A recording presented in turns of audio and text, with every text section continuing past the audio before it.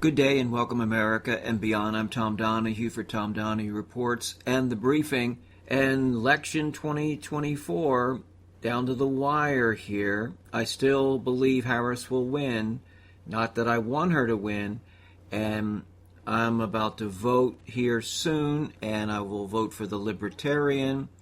I'm not sure if RFK Jr. is still on the ballot here in Pennsylvania or even made the ballot. Some of his craziness. No, I agree with him about fluoridation. No, I agree with him about certain specific vaccines. I agree with him on a lot of health-related issues. But someone that has, well, sort of like Trump, these personal issues, conflicting personal, problematic issues, and just weird behavior. How about the bear cub and the brain worm and, and the fact that he's in denial of interactions with the female reporters and then kissing the brass ring of Trump to get political leverage and influence and maybe a cabinet position. I don't like it because he, like many others, have said things about Trump, and I'm sure his beliefs have not changed. And I just don't like selling out. I don't like those kind of seedy and murky compromises, okay?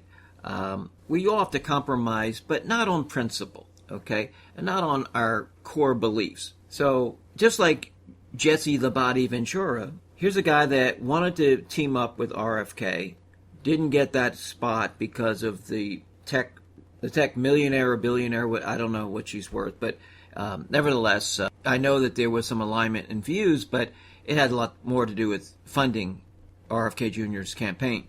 Jesse Ventura, when that didn't pan out, he then later, and I don't know if any of you have noticed, in the last month or two, but he gave a full throttle endorsement of Walz and Harris and was excited about having a first woman president.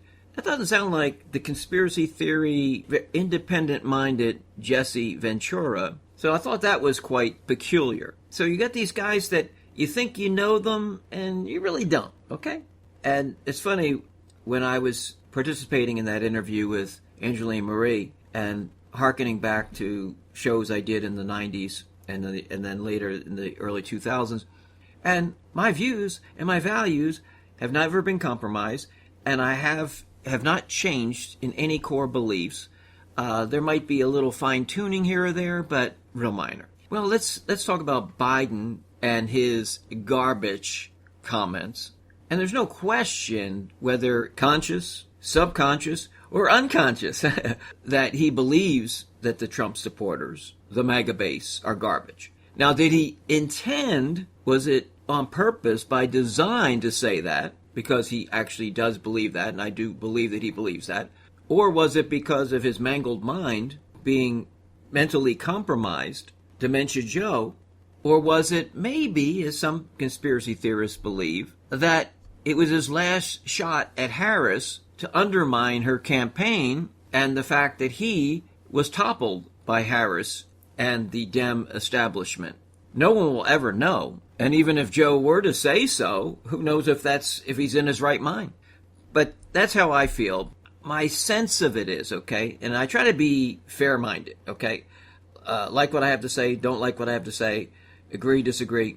But I believe that he mangled his words. Yes, they went and doctored, they edited the transcript, which again, is a sad thing in American politics, that you just can't, own what you say and what you believe, and whether you make a mistake or you didn't, and then explain it. But Joe Biden, I believe it was because of his mental and verbal deficiencies, and that he's really basically incapable and incompetent, just as in the legal case regarding the documents, that they realize he's feeble and he's flawed, can't even have legal standing because of his mental incompetency. So I think that it was another botch by Biden, the Biden botch, okay? But it doesn't matter because the Trump campaign has utilized that. It's helped neutralize some of that Puerto Rico garbage. Harris tried to distance herself and also tried to explain away, just like the White House press secretary. So that's my take on that. You've got Harris that does word salads, Biden that just bungles and mangles his words. It'll still make for a very good ad, and I'm sure it's going to hit the, because I'm in a swing state, Pennsylvania, so we will be seeing those words, and it's fair game. I mean, Biden said it, and so it would be interesting here, and again, I only talk about conspiracy theories if I think there's enough evidence, enough support. But I don't believe that Biden purposely tried to hurt Harris by this. But that'll be the other side. There's going to be people saying that he did that because he's still smarting and still a sore loser from being toppled from the ticket. So, but whatever the case is, it just shows you again that Biden would not have been capable of campaigning and saying much of anything without screwing it up.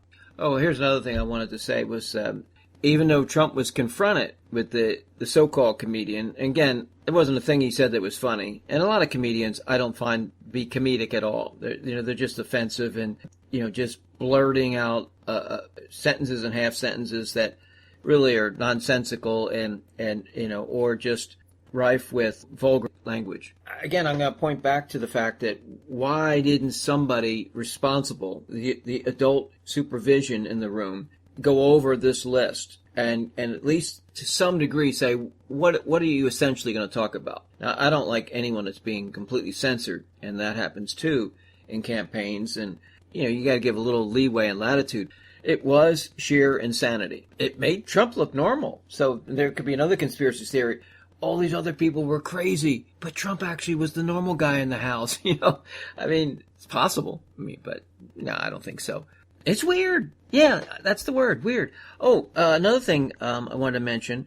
You know how I've been a great defender of Pat Buchanan, and it's almost like he was the John the Baptist that set the stage for Trump, because he didn't have the money, he didn't have the support, he didn't have the name recognition. Although he had some, but nowhere near what Trump had.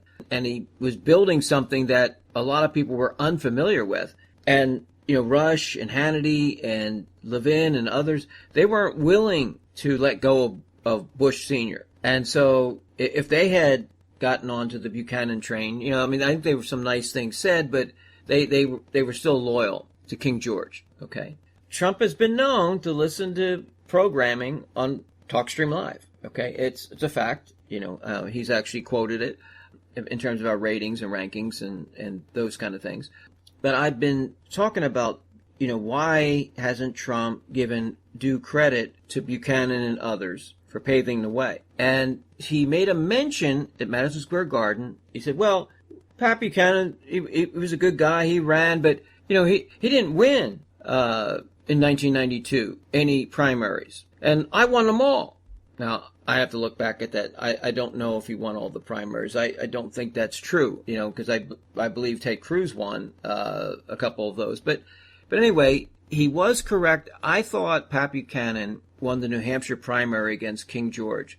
Early in the evening, it appeared that way. But Bush did take the lead in the wee hours and won New Hampshire. He did not win the caucus in Iowa, but in 1996, Buchanan beat Bob Dole in the New Hampshire primary. So I just thought it was kind of odd that he finally mentions Buchanan, but he says it in a way that is disparaging and demeaning, in my view, to boast that he did better than Buchanan. Well, I'd have liked to have seen Donald Trump in 1992 run against King George, and I guarantee you he would have lost, because the Republican establishment was ironclad, and they were not going to break away from the country club, free trade, support all corporations, NAFTA, GATT. They weren't going to break away. And so really you had the Buchanan, the Perot factions that pushed this ideology. And then Trump, basically, he just gathered all the parts that were there from talk radio and from Buchanan, Perot, and others. Even he never mentions Tea Party. Tea Party helped pave the way. Okay. Yeah, I just don't like someone that can't give credit where credit's due. They can't honor the accomplishments and the successes of others, or you see these people fawn over Trump. If I were back in a more prominent role in talk radio, I wouldn't even want to talk to this guy. I'm just telling you the truth. It would not be my honor. It really wouldn't. I would interview him, but it wouldn't be what he called Madison Square Garden a love fest. Everything's, just like J6, a love fest. I'm Tom Donahue for Tom Donahue Reports and The Briefing. Have a great night.